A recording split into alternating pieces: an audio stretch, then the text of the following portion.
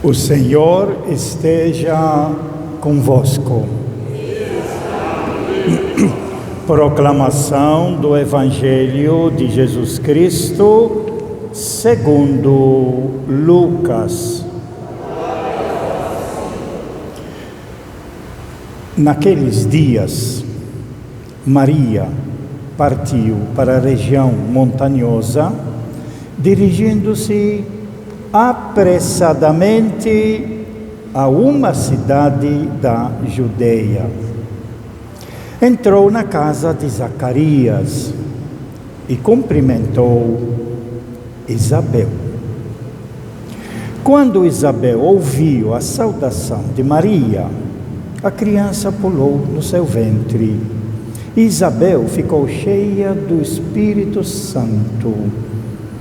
Com um grande grito exclamou: Bendita és tu entre as mulheres, e bendito é o fruto do teu ventre.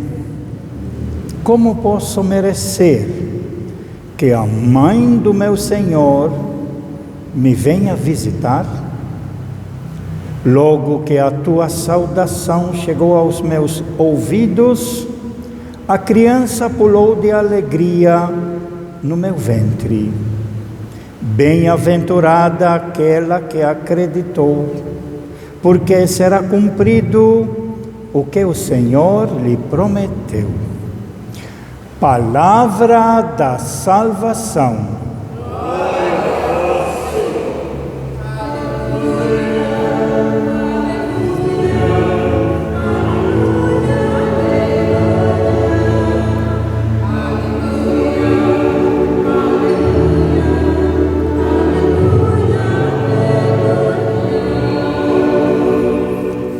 Que estas palavras sirvam para o perdão de todos os nossos pecados. Amém. Podemos ficar sentados. Meus prezados irmãos, nós estamos bem perto do grande acontecimento que mudou toda a história. Tanto é assim que as nossas datas no mundo ocidental, na Europa toda, nos Estados Unidos, na Austrália, aqui na América Latina, conhecido como mundo ocidental, o tempo é dividido. Aquilo que aconteceu antes e o que aconteceu depois, o que vai continuar acontecendo. No meio tem um nascimento, que nós vamos celebrar logo na quarta-feira. O nascimento de Jesus mudou a história toda. O seu projeto de paz, lembram bem a nossa primeira leitura, ela fala exatamente disso, mostrando que essa cidade pequenininha, desconhecida de todo mundo, tu, Belém de Éfrata, pequenina entre os 1000 povoados de Judá, de ti há de sair aquele que dominará em Israel. Sua origem vem de tempos remotos, desde os dias da eternidade. E aí mais tarde ele vai dizer qual vai ser a sua função. Ele não recuará, apacentará com a força do Senhor e com a majestade do nome do Senhor seu Deus. Os homens, quer dizer, todo ser humano, os homens viverão em paz, pois ele agora estenderá o poder até aos confins da terra, e ele mesmo será a paz. Nesses dias todos, durante o Advento, desde que iniciamos, durante a semana também, a igreja vem colocando textos do Antigo Testamento, sempre olhando para frente, como deveria viver o ser humano no mundo.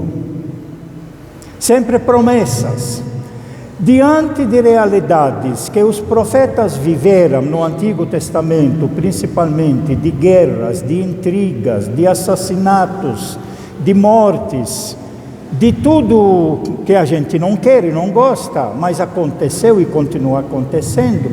Diante disso, o profeta ele sempre lança para frente, mas um dia vamos acertar. Um dia o ser humano vai aprender, mas sozinho não aprende. Sozinho herda dos outros a vingança, o ódio, mas herda também quem é bom, a bondade, a misericórdia, dos dois lados. Quem segue o profetismo, ele sempre vai ter essa perspectiva. Nós precisamos ter esperança, quer dizer, no sentido de esperançar para construir um mundo novo e chegarmos a realizar esse grande desejo na boca de todos os profetas de construir a paz e viver em paz. Quando nós estudamos o Evangelho de Marcos, eu insistia sempre e repetia sempre que o reino de Deus que Jesus Cristo nos trouxe do Pai, qual é?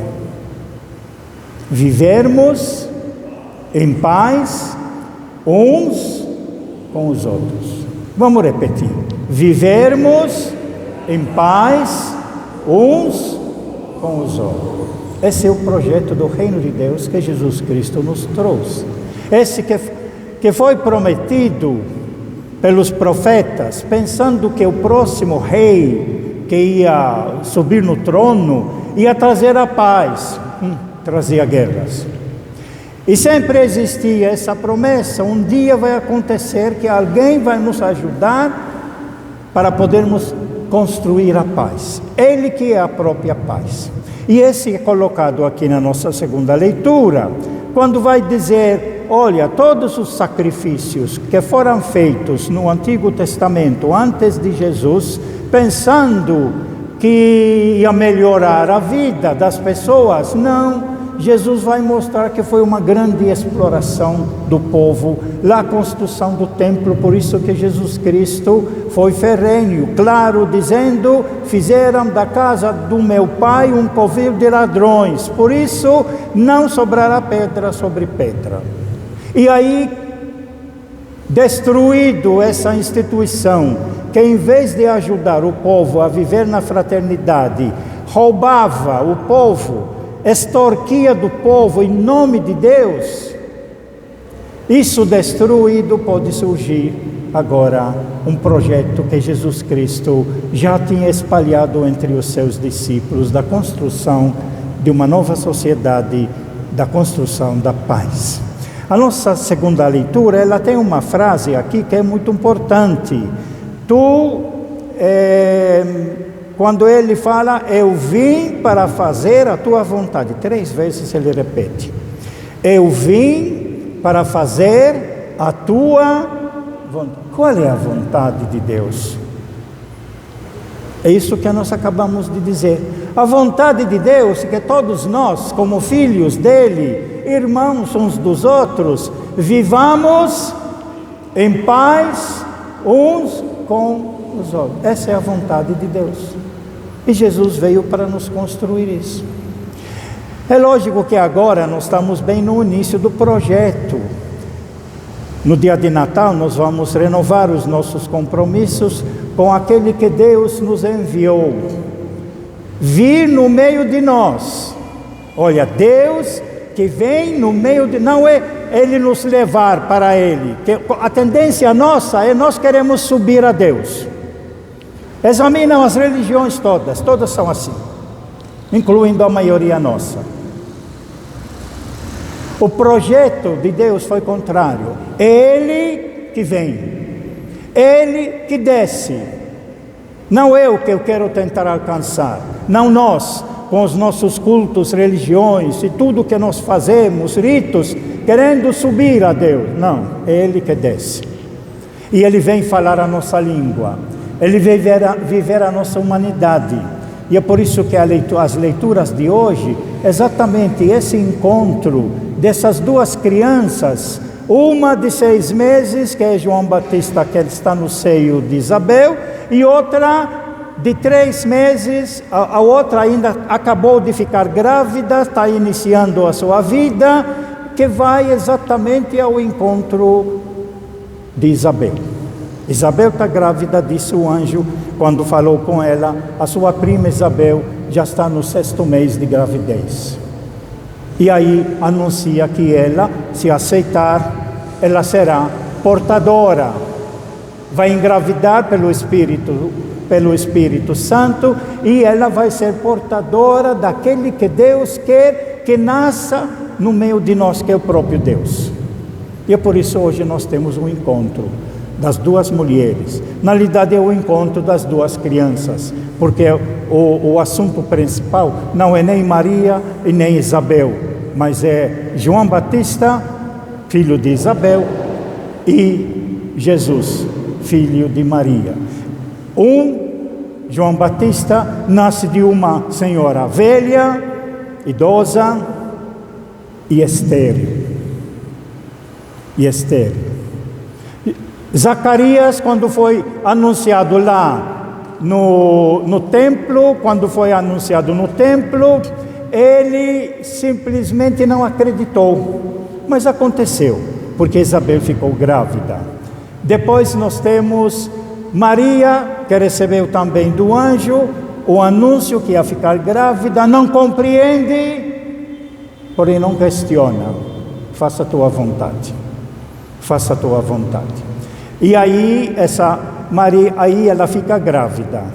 Agora veja bem o que acontece. Nunca na história de Israel toda, no passado, nós temos essa realidade aonde as mulheres vão ser colocadas como portadoras daqueles que vêm nos salvar, portadoras de João Batista, que prepara o caminho para a vinda do seu primo, no caso, Jesus Cristo. Isso nunca aconteceu. Por quê? Porque as grandes religiões, no mundo todo, Deus fala para alguém especial, que é o sacerdote, o sumo sacerdote, num lugar especial, que era o templo.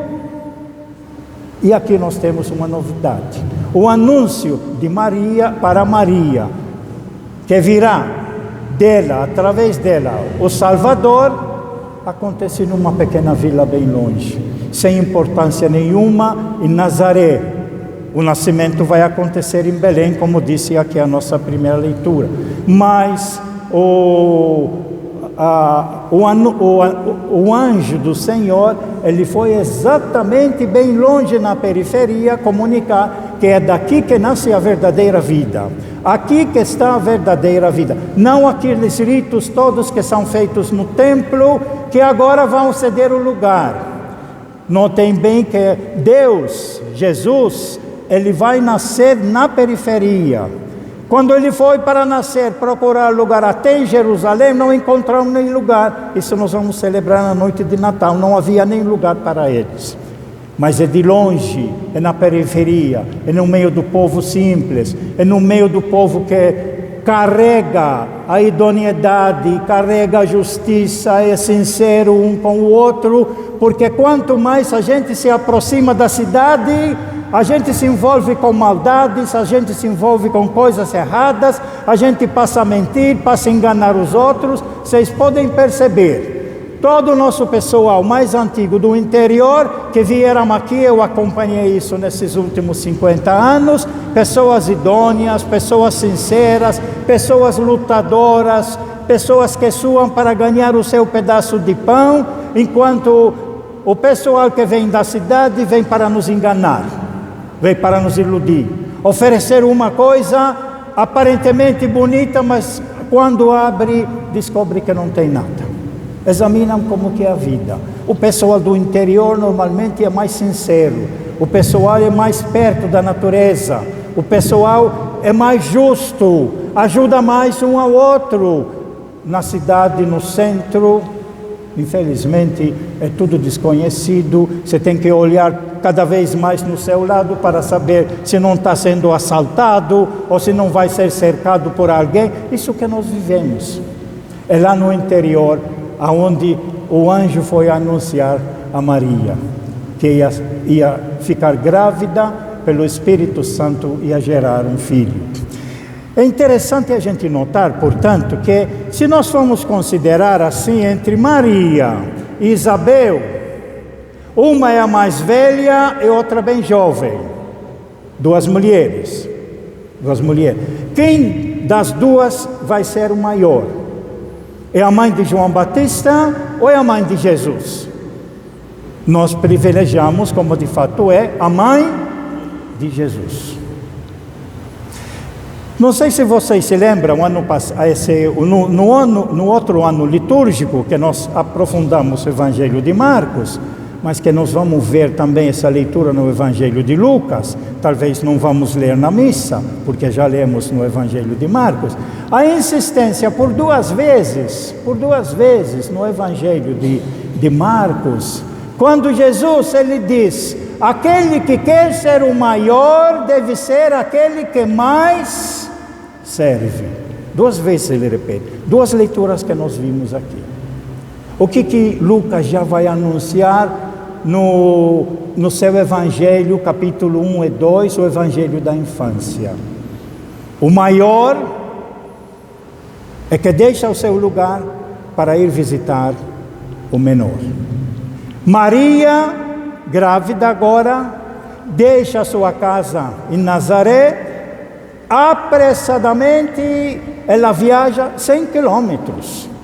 De Nazaré até Alcarém, que era a cidade onde morava Zacarias e Isabel, não é mencionada no Evangelho, mas a história depois contou onde eles moravam, descobriram Alcarém, chamada, é uns 10 quilômetros, 8 quilômetros longe de Jerusalém. Maria foi, tinha que encontrar uma caravana, porque imagina, uma menina de 14 anos, 15 anos, para fazer 100 quilômetros viajando sozinha a pé, normalmente tinha que encontrar uma caravana que ia para Jerusalém, integrar a essa caravana para poder ir visitar essa sua prima Isabel, e quando terminou os 3 meses, voltou esperando uma outra caravana para voltar para Nazaré.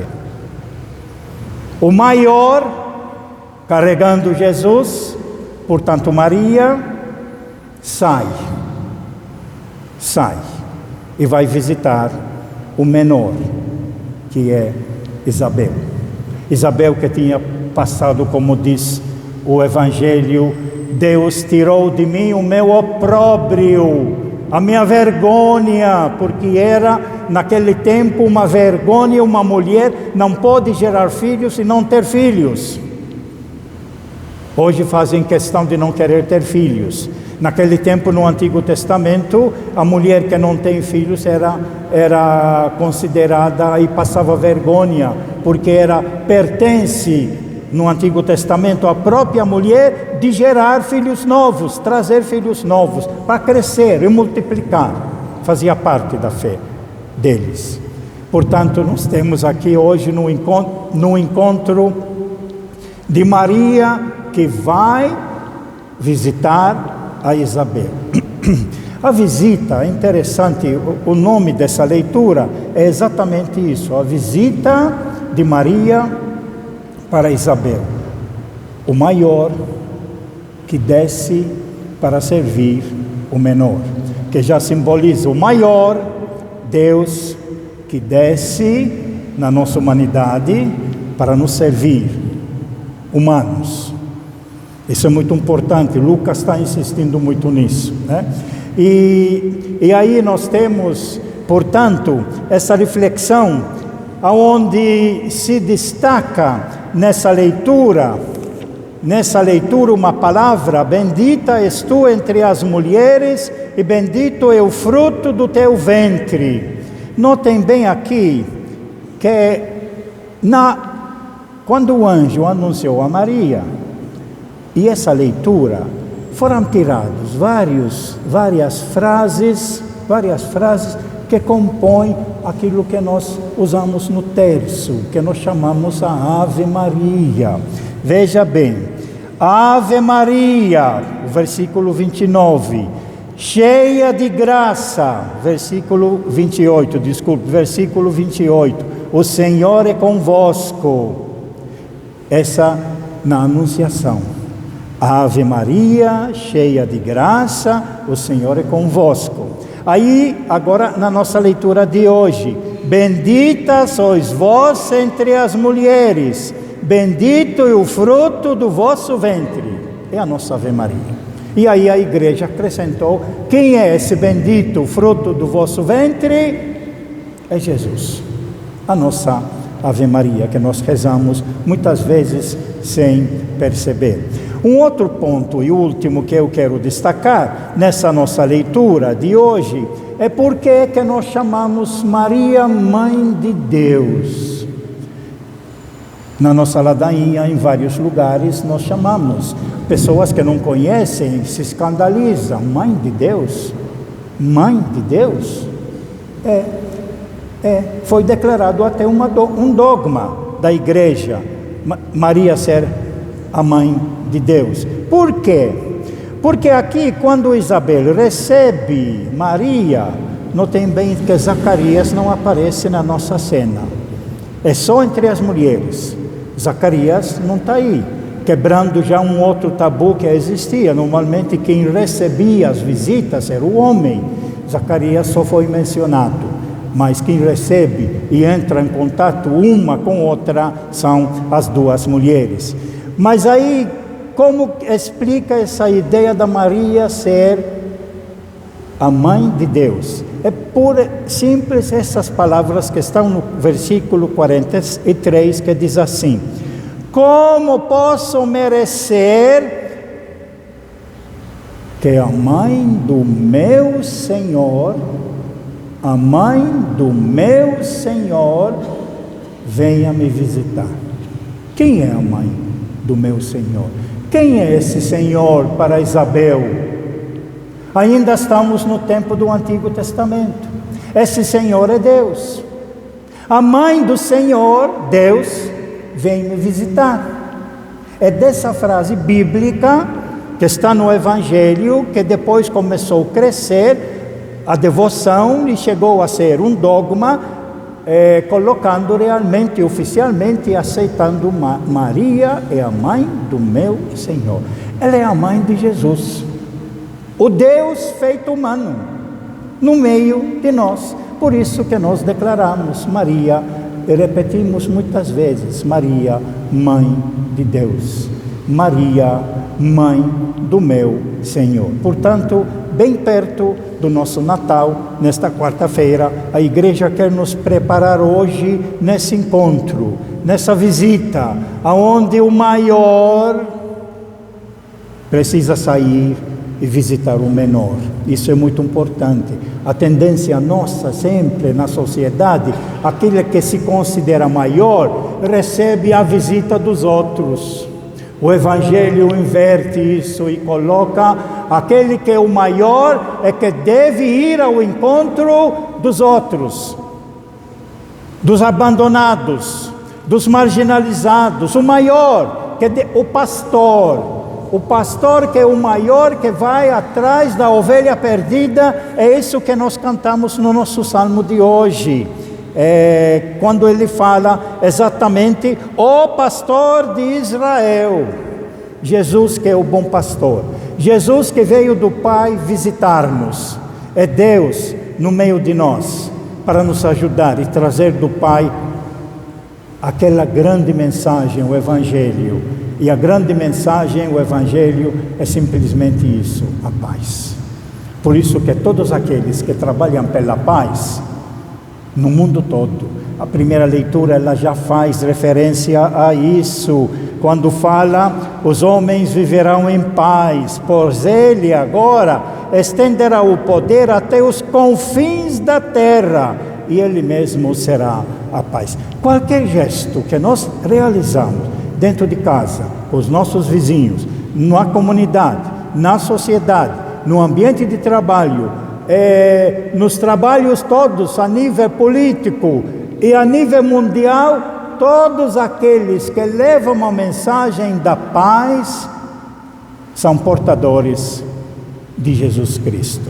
Estão sendo Jesus levado ao mundo. Por isso que aqueles que crêem de fato no verdadeiro e único Deus, eles sabem que a nossa missão é sempre promover a paz. É sempre tentar lutar contra as injustiças, porque são as injustiças que na realidade fazem as pessoas sofrer e morrer, serem sacrificadas. Por isso, a bandeira nossa, como disse o Zé Vicente na sua grande música, bandeira da paz. E nós precisamos assumir esse compromisso nessa noite de Natal, nos preparando hoje com essa leitura, onde saúda o outro, que prepara o caminho para o outro, que é Jesus, e esse outro é que veio nos servir, abrir os olhos para podermos construir a paz. Louvado seja nosso Senhor Jesus Cristo. Creio em Deus Pai,